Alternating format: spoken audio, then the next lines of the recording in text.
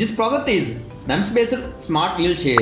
Here audio connections are arduino, its daughter board along with power supply, 16:2 LCD display.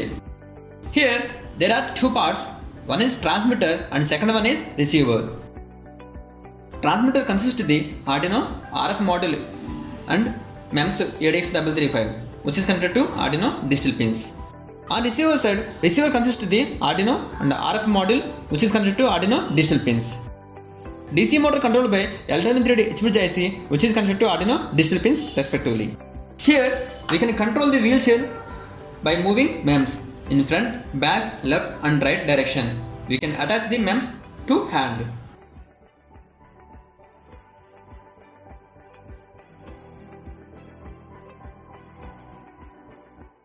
Now power on this.